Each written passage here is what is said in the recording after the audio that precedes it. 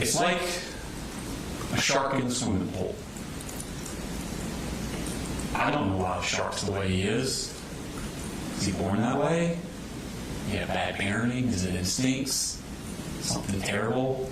It's truly evil? I don't know why the shark is the way the shark is. But I do know one thing. He can't be in my pool.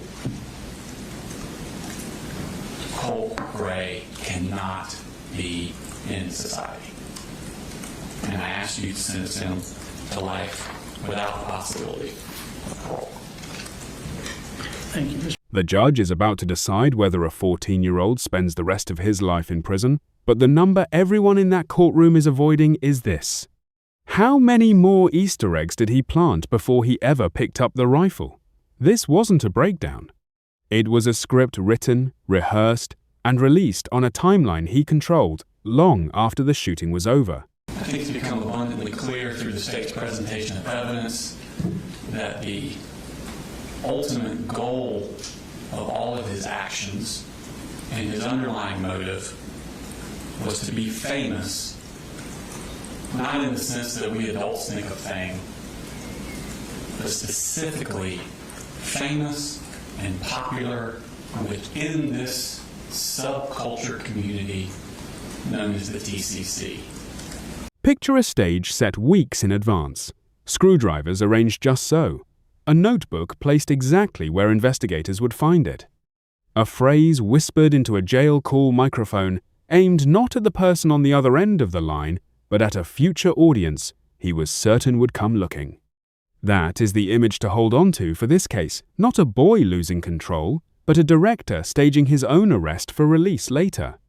According to the prosecution's closing argument, that staging is the entire key to understanding what happened at this Georgia school and why the sentence handed down matters far beyond one courtroom. Before we go deeper into what the evidence actually shows, make sure you're subscribed to Shadow Jury Archives, because we don't just cover the story, we follow the facts. According to the state's closing statement, the defendant, identified in court as Colt Gray, wasn't chasing an escape. He was chasing recognition inside an online subculture the prosecution described only as a community fixated on past school shooters.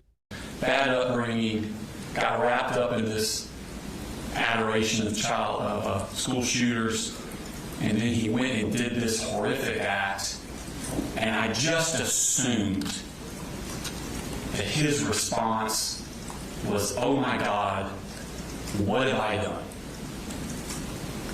And it wasn't until this summer when I started digging into what Colt was thinking that the horror of what happened is not even the end of it. Because the shooting was not the culmination of the plan. The shooting was just one of the steps of the plan.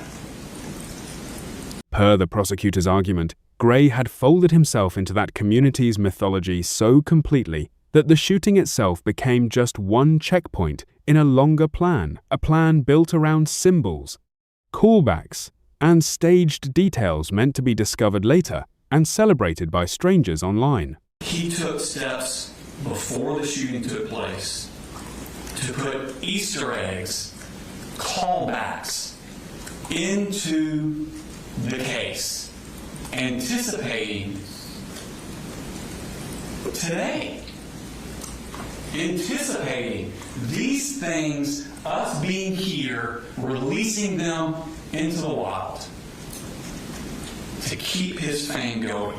He put symbols and phrases on his rifle that all pertained to things that were important to the TCC. He staged his computer to look like Adam Lanza's. If you notice in those pictures, Adam Lanza had multiple screwdrivers around it set up in the middle of his room. He had multiple screwdrivers set up in the middle of his room and a hard drive open, exactly like Adam Lanza's. Here is the moral refrain. Hold it in your mind. This was never a breakdown. This was never a breakdown.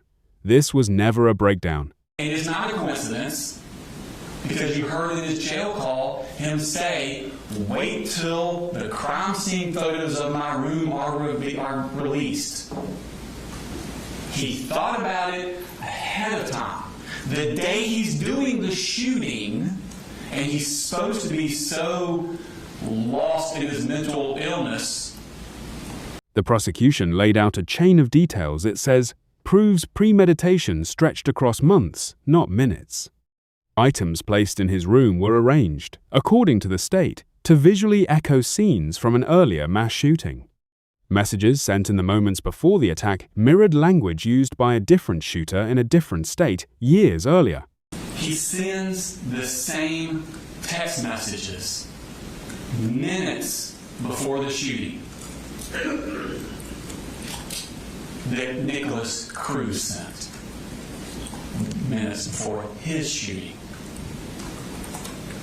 This is not someone who's in some sort of uncontrollable emotional breakdown. In the hour after his arrest, while, by any normal account, a person might be in shock, the prosecution says Gray was still performing, repeating phrases and details clearly aimed at an audience he knew would eventually read the transcript. Jason Smith interviewed him within the hour of the shooting. And he continues. He has the mental wherewithal within an hour of the shooting to place more Easter eggs, more callbacks inside that interview. The purple gloves. He must have said the word purple 5-6 times. Calling back to Kyle Rittenhouse. Telling them that he called the hotline. A blatant lie, and another callback to James Holmes. This is the ticking clock moment. After the shooting, he mimics Nick Cruz's arrest interview. I hear voices. Oh, I blacked out.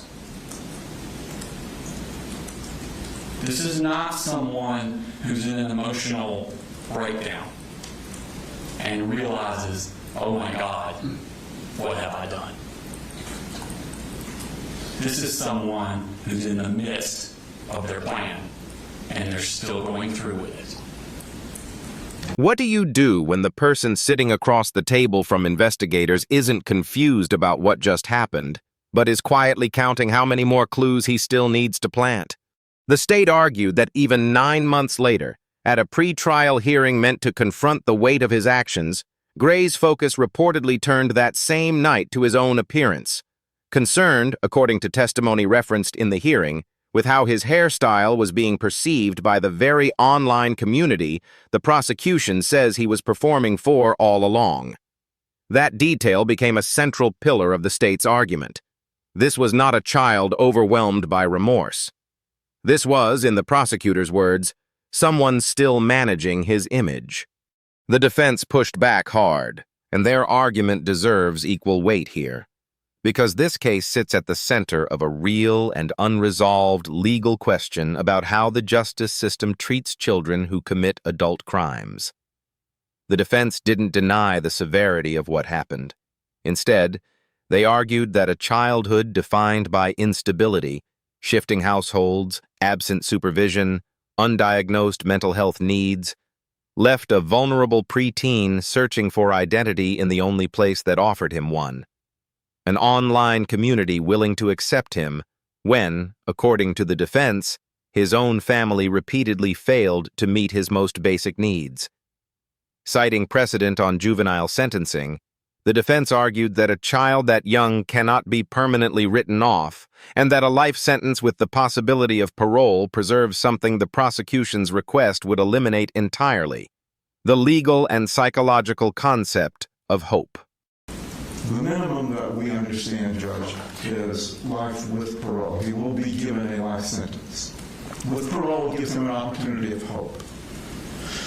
Hope is an important factor in somebody becoming a different person than when they start.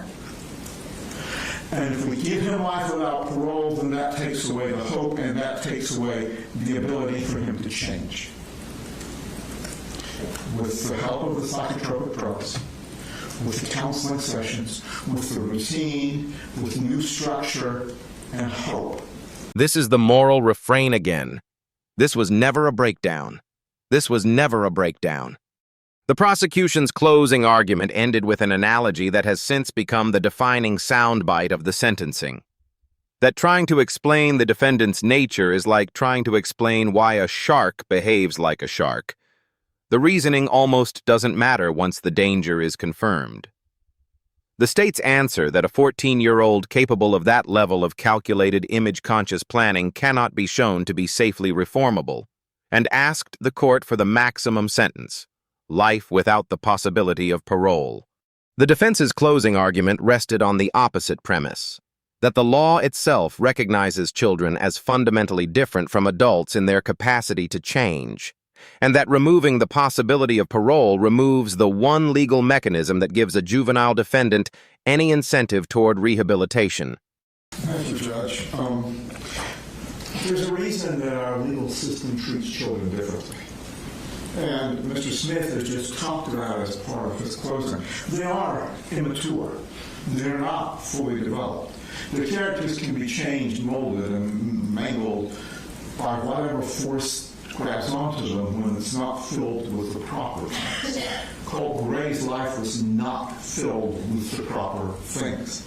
His parents didn't give him any stability. His parents didn't give him any of his needs. His parents didn't give him proper medical care. And most importantly, they did not give him proper psychological and mental health care. When they saw him deteriorating, when they saw him drawing into himself, when they saw him disappearing into his room, what did they do? They spent their time in their own worlds, on drugs, buying guns, and splitting up and coming back together and splitting up and changing schools and giving absolutely no stability.